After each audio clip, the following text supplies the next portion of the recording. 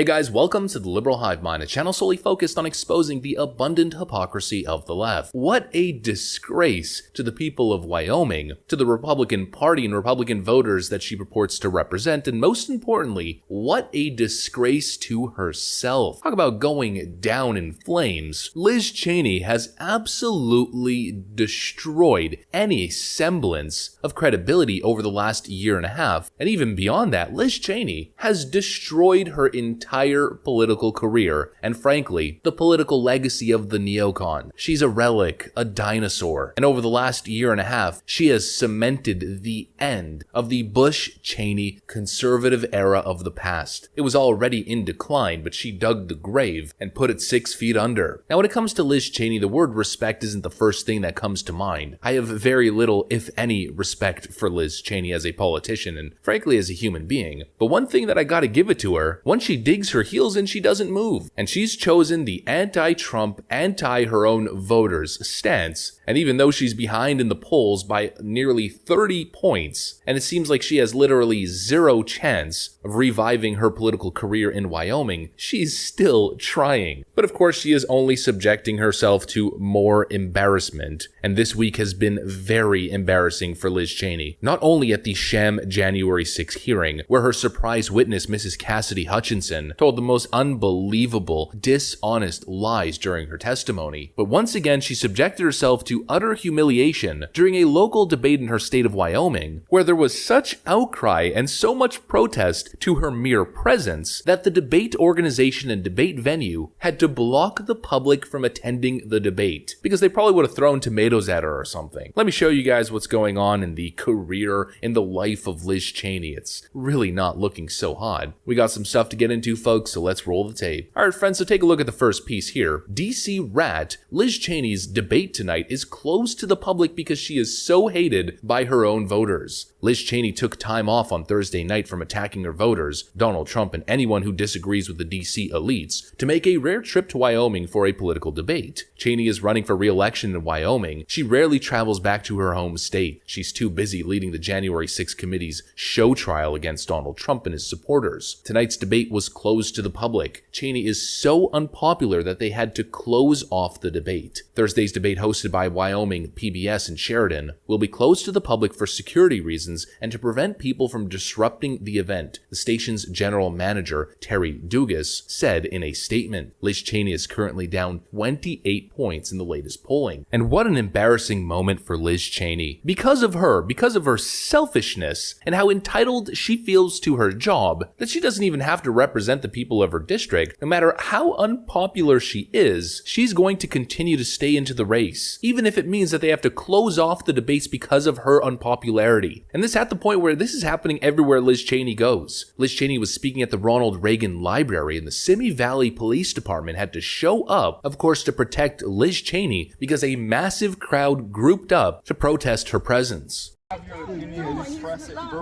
main guy is that guy there, because I'm a member of the, so I'm going to be, this is the guy right here, because he's the one, if they were protesting abortion, they'd let them all over the place. Our website, it was very, so they told us, once we got here, that we needed it in there. So we drove far, so that was their problem. We did the rules. 48 more days, Liz!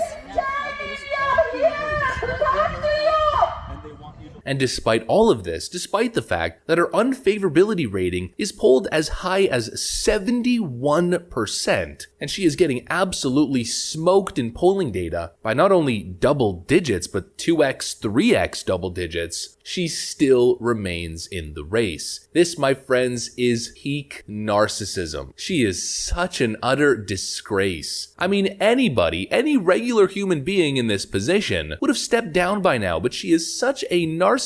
She's so entitled that nothing phases her. This is what happens when you are the world's most dishonest politician. She's somebody with so much hatred in her heart for Donald Trump and Donald Trump voters who happen to be the people that she's representing, that she doesn't feel bad for any of it. She lies and misrepresents evidence during the January 6th sham hearing that she's one of the leaders of, and she doesn't care. She doesn't correct herself. She doesn't correct the record. She doesn't apologize for lying and misrepresenting giving information to millions of people, attacking the political leader of her own party, and attacking the people that her constituents voted for and want to see in the White House as the president. She doesn't feel bad. She doesn't feel bad about this emergency, last-minute witness and primetime hearing that she had not too long ago, airing the totally discredited, already debunked Cassidy Hutchinson testimony. No, of course not. Jesse Waters from Fox News reported on it the other day. Truth doesn't matter. That's why you have Cheney hugging Hutchinson after her big debut. Why would a fair congressional investigator hug a witness? Isn't this supposed to be impartial? It's not, and it never was. Where Liz Cheney embraced Cassidy Hutchinson, signaling that Cassidy Hutchinson is some sort of brave hero saving American democracy. I mean, give me a break. Makes me sick to my stomach. Cassidy Hutchinson, who once again Jesse Waters absolutely nailed her. Cassidy Hutchinson, little background on her, just dumped her pro-Trump lawyer for a Democrat-friendly lawyer 3 weeks before her testimony. And all of a sudden, her testimony is filled with bombshells. What a coincidence. And she had her lines down pat. I was in the vicinity of a conversation where I overheard the president say something to the effect of, I don't effing care that they have weapons. They're not here to hurt me. Take the effing mags away. Let my people in. They can march to the Capitol from here. Let the people in. Did you catch that? She was in the vicinity of a conversation, and he said something to the effect of. Is that how people talk? Because most people say, I was there and I heard something or I didn't hear anything. All this sounds a little bit like a stretch to me. But that was basically her whole testimony. Watch. And he had responded something to the effect of, we're going to the Capitol. Said something to the effect of, there's a lot going on, Cass. Mr. Cipollone said something to the effect of, the president said something to the effect of, I'm the effing president. He said something to the effect of, he's really ticked off about this. Has she been coached to say something to the effect of? Somebody who was clearly coached to tell a false story on the record under oath, but to use very specific legal terminology, such as he said something to the effect of, in order to avoid perjuring herself. Liz Cheney doesn't feel bad about that. No, of course not. The lies and the disdain that she shows for her own constituents, for her own previous voters, and even after the fact, as Cassidy Hutchinson has now essentially been proved a liar, Liz Cheney continues to tout her bravery and patriotism. Miss Cassidy Hutchinson. Her superiors, men many years older, a number of them are hiding behind executive privilege, anonymity, and intimidation.